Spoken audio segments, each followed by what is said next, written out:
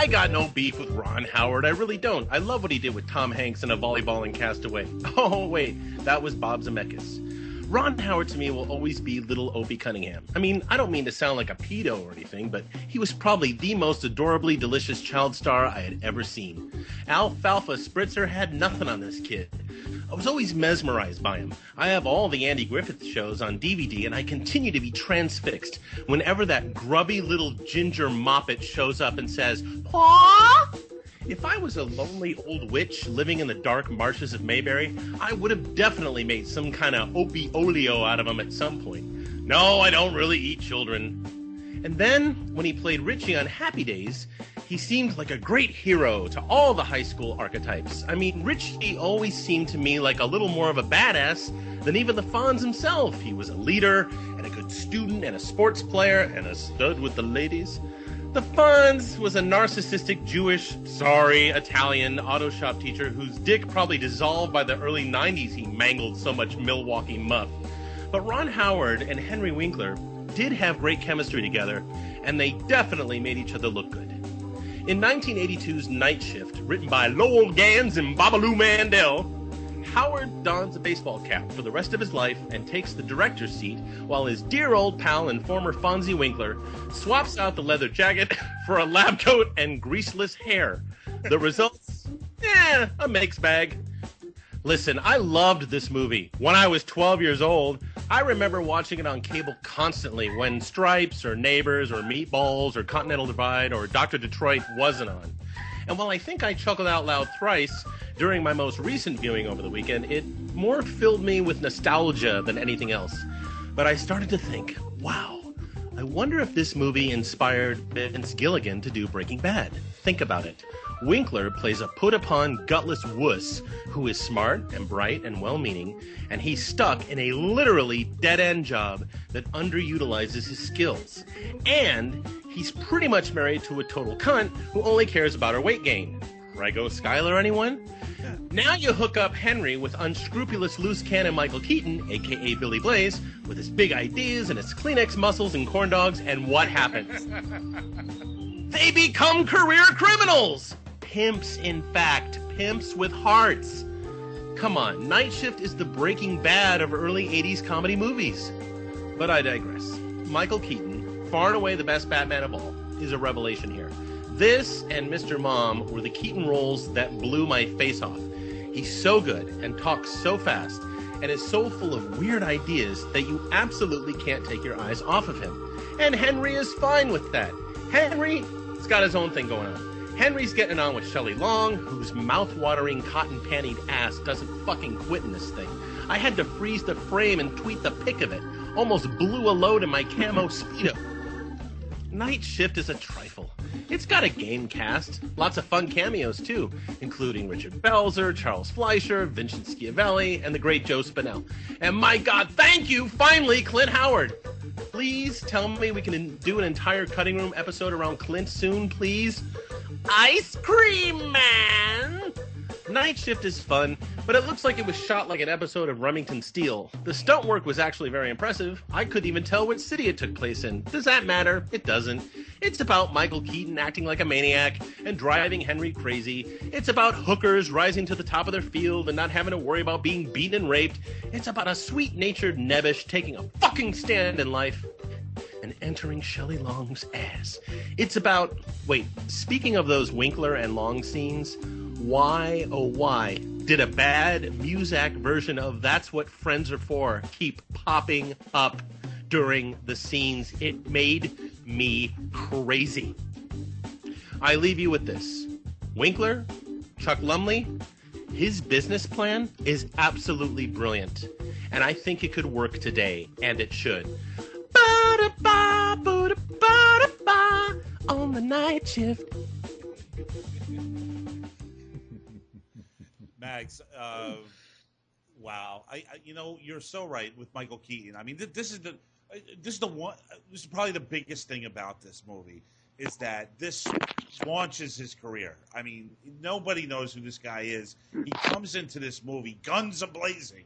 Seriously, it's outstanding. This performance is outstanding. And you're an actor, Max. I mean, this is I mean, to imagine getting a role like this where you could just talk a million miles a minute and have like this great time. It's absolutely outstanding, Michael Keaton. He's having so much fun as a total jackass. It's yes, great. yeah, it is great, and Winkler is just doing exactly the opposite of what everyone is used to him doing, and that's being the Fonz. I mean, he is totally uncool in this movie, you know? Hey, look, I love Chuck. I feel for Chuck.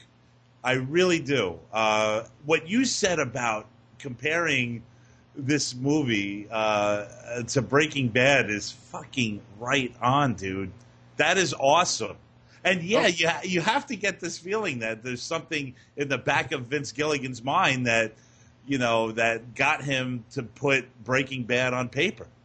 You know? I mean, listen, there's actually, I think, 3 movies at this time, around 1982, 1983, that had just a regular, like a straight person going into the pimping business. And you mentioned the other one, and that's Dr. Detroit.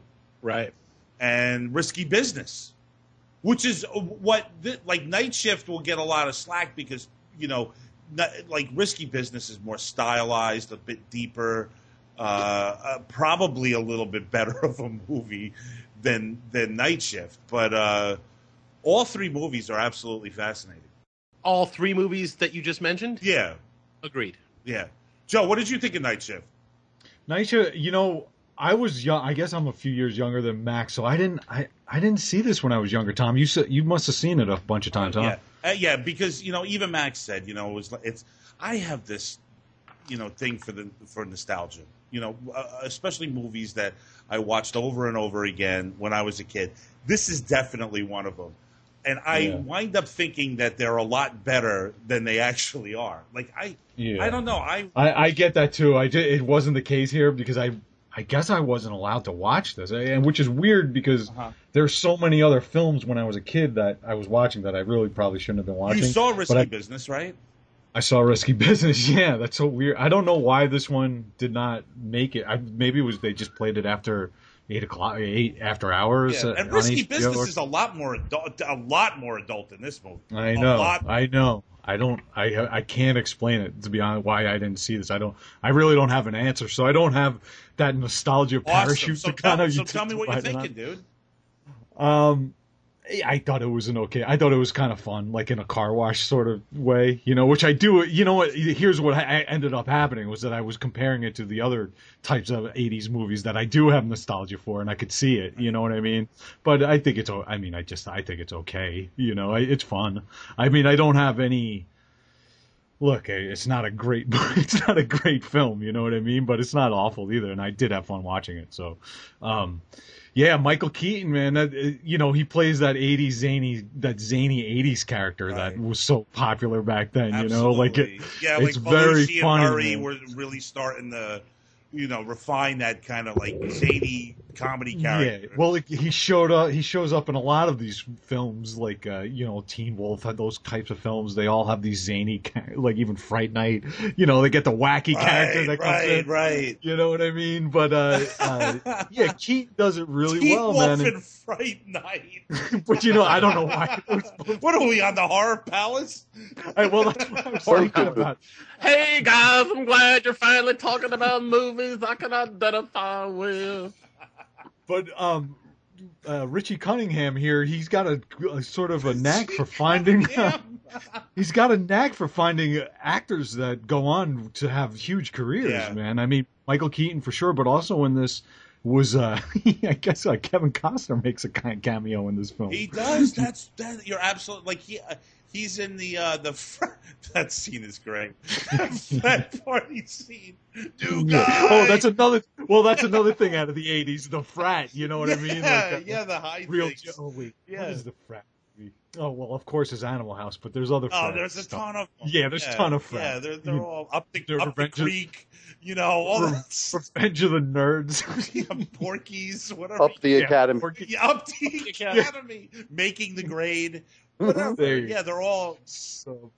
Yeah, so I had fun in it in like a kind of nostalgia by association sort of way. Right. You know what I mean? So but yeah, I had no idea that Diane from friggin' Cheers was in there. Yeah. And in such good shape. Yes, her body's very tight, Joe. She's great. I mean, she's a lot of fun. I want to eat scrambled eggs every morning. Right. It's very fun to it's a lot of fun to see prostitutes shown in such a soft and cuddly so they have there's no threat or anything. It's very nice to spend some time with some good wholesome prostitutes. Right. And then you guys, yeah. Michael Keaton was on the Mary Tyler Moore show, but I wasn't sure if he had made Night Shift first or Mr. Mom first, and my thought was Night Shift, and I was correct. But look at this run.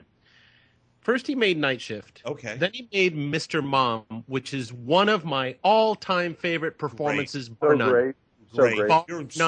You're right. You're right, Max. If you watch him, if you watch him today, if you have not seen Mr. Mom, that is a perfect movie, and he is perfect.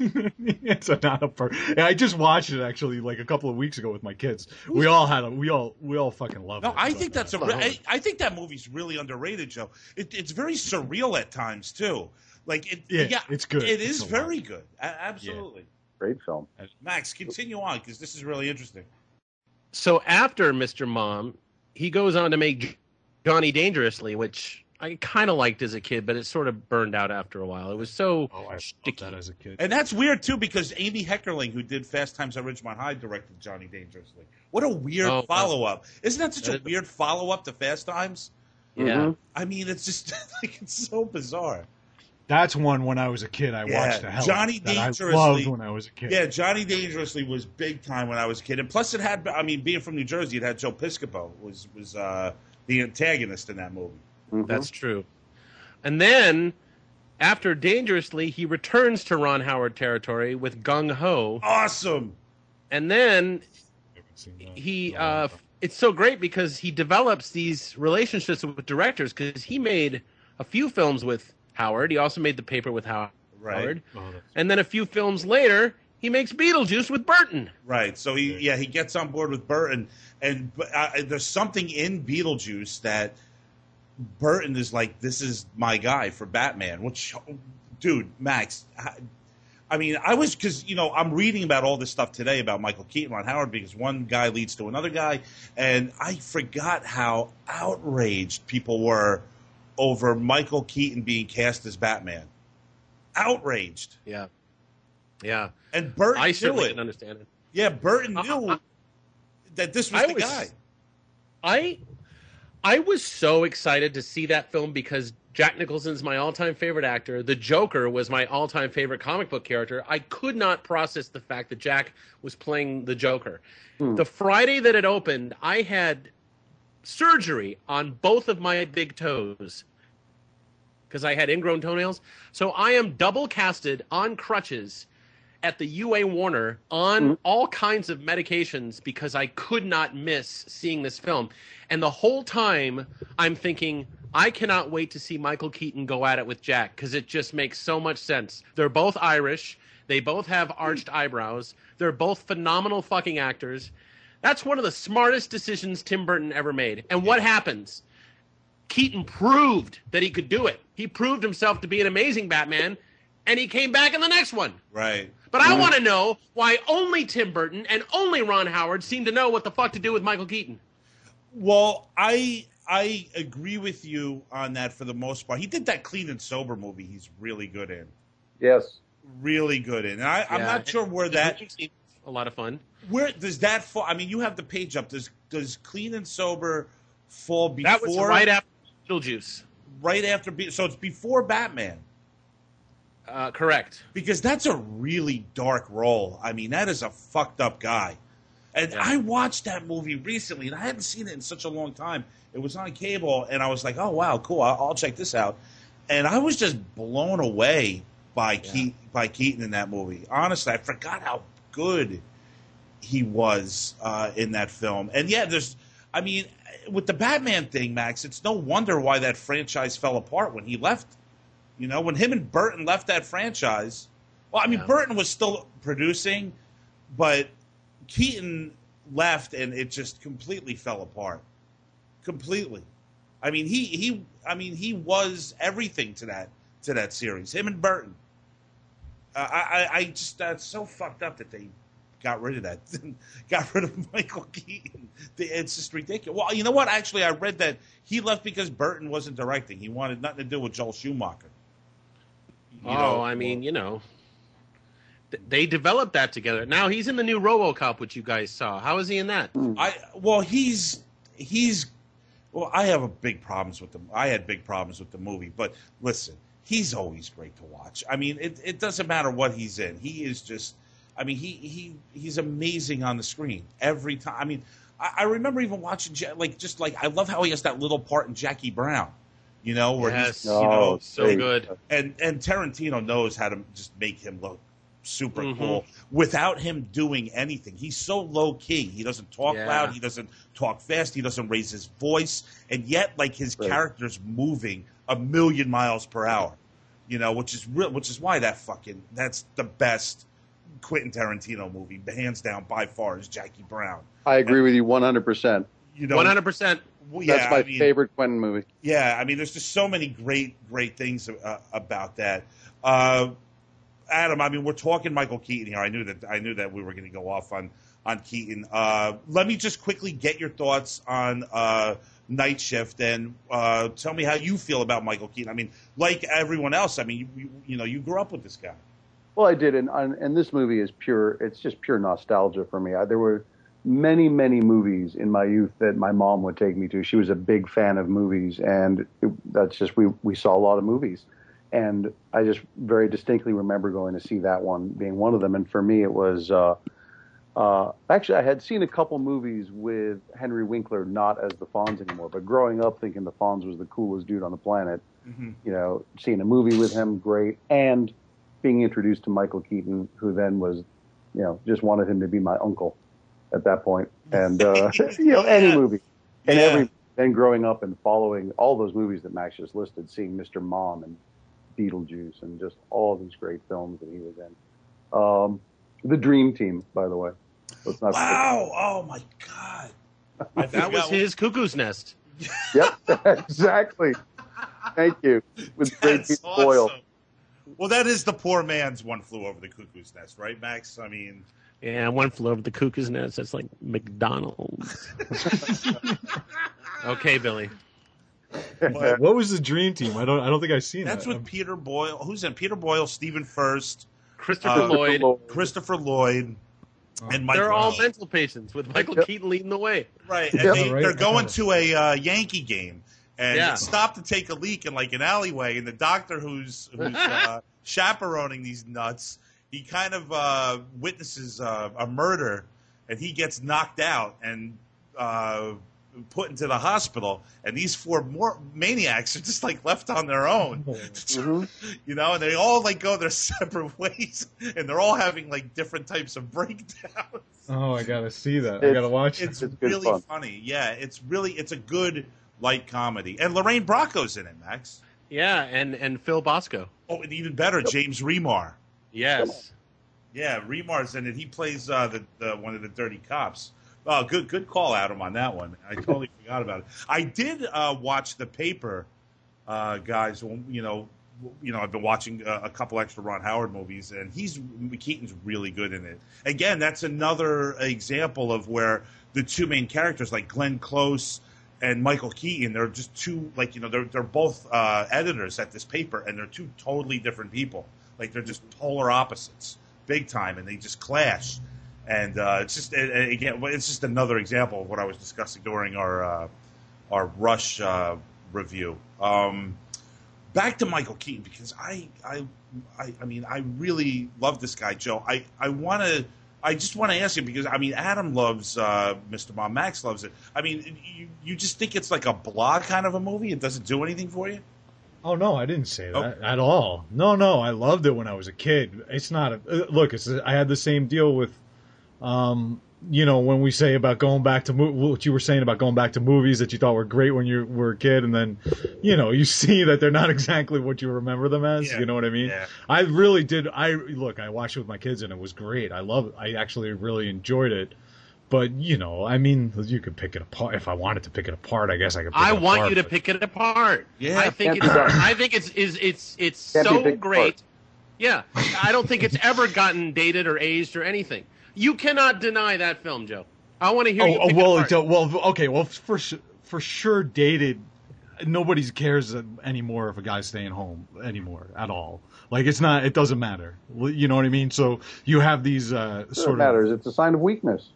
That's not a well. It was in the 80s. Oh. It was a whole thing. So that doesn't work. It doesn't really hold up in that regard anymore. Like I think that there's some antiquated male female roles expectation sort of things that just don't really apply anymore. Like they're just not pertinent anymore, which is fine. I mean, as a historical movie, I guess. No, it's fun, man. I had a lot of freaking fun with it. I can't. I'm not gonna pick it apart. Like I don't think that I can. I mean, there's funny stuff with the when they're having the race in the backyard at the office I party. love that. I love that. Yeah. It's funny, but Joe, what about when he's sitting around smoking cigars with the ladies at night, and the money is coupons? And Jillian.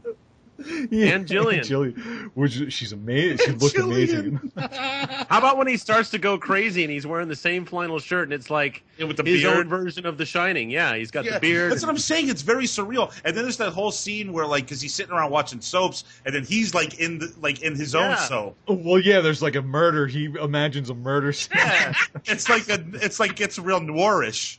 Well, yeah, and then he gets really depressed, and then there's the big triumphant moment where he burns his flannel, and he has to talk to the kid out of it's a lot. I call my wife's blanket the Whoopi to this day. The Whoopi's looking bad, kid. Yeah, what does he say, Martin Mull, when with the gun? He's like, what did you use? Like a 38 or something like that? Oh no, he's talking about Michael Keaton's talking about rewiring the house. He goes, right. That 220. He goes, yeah, 220, 221, whatever it takes. But then it gets revisited later when he asks him what gun he uses, and he's like, oh yeah, that's right. And he's like, what did you use? A 38? You know what's so crazy? When the Papa John's, I believe it's Papa John's, when the Papa John's pizza franchise hit Southern California, I remember they were doing this promotion, and you could choose 3 movies. They would bring you the movie, and it came in just a little envelope with a picture of the movie poster on it. No frills. Yes. Dude, Mr. Mom was one of those movies. And Mr. Mom was one of them. So I will never forget ordering this pizza. I did not know about this campaign. And this chick's on the phone, and I'm giving my pizza order, and she goes, okay, do you want, I don't know, Empire Strikes Back, Gone with the Wind, or Mr. Mom? And my heart started to pound. I'm like, what? Oh, yeah, you get a free DVD copy of Mr. Mom with your pizza. What does that mean? Where do I return it? Oh, no, you get to keep it. What? And I still have it. Oh, that's great. That's a classic. I'm sure you can sell that at auction at an antique store. Yo, Max, the difference between you and Billy is that he would have taken Empire Strikes Back. I am sure it wasn't Empire. I think it was Paramount Films or whatever. Empire Strikes Back. Just goes without saying that. What a great promo. Listen, that is real quick before we bring our guest in here in a couple minutes, and then we talk about A Beautiful Mind. It really wouldn't be fair to not at least recognize how good Henry Winkler really is in this movie. I mean, honestly, I really think he is excellent in this movie, and I'm just like, go on. It's a bold move that he cast Howard cast him against Type, man. That's great. Absolutely, and he really plays it off well. I mean, this guy is a complete nervous wreck. That's true.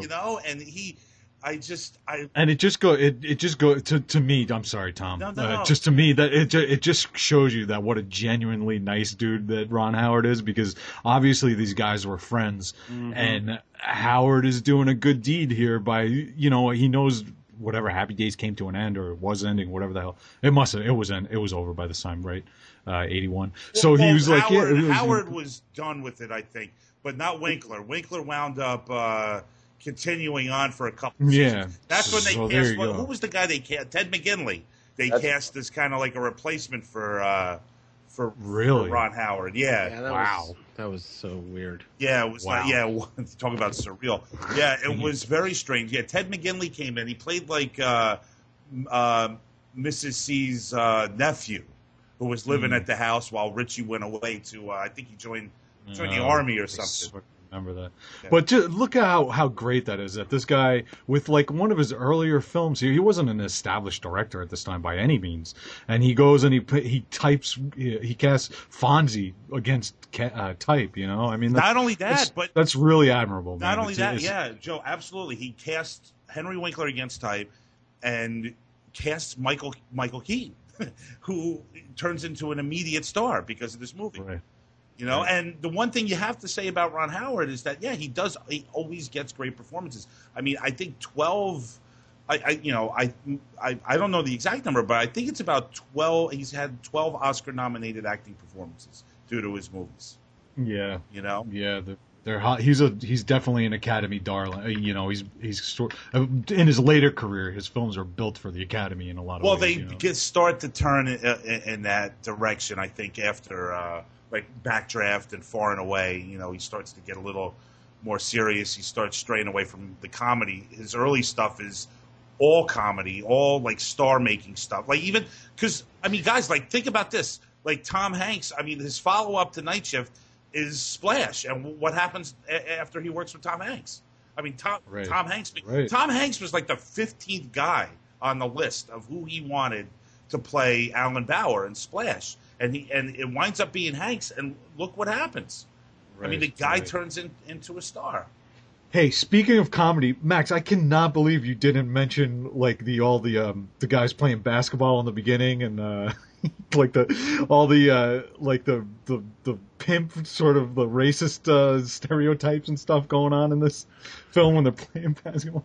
Oh, I know. Well, that's because I was so like, wow, those stunts look really like he looked like he really got hurt. And then when he's thrown out of the window strapped to a chair, I'm like, Jesus, that's horrifying. Yeah, because them there's brothers down there playing the basketball, and yo. I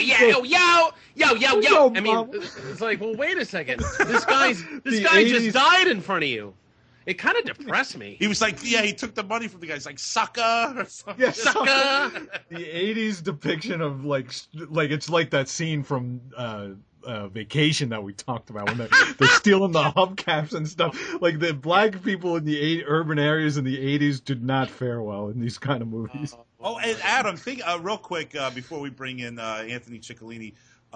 We mentioned Tarantino before, and it kind of like dawned on me rewatching Night Shift that the Belzer's character and the I don't know the actor that's playing his opposite, but the black guy was like, is there any? You think there might be like an inspiration there for like Tarantino's like Jules Winfield and Vincent Vega character, like beautiful. in Pulp Fiction? Yeah, why not?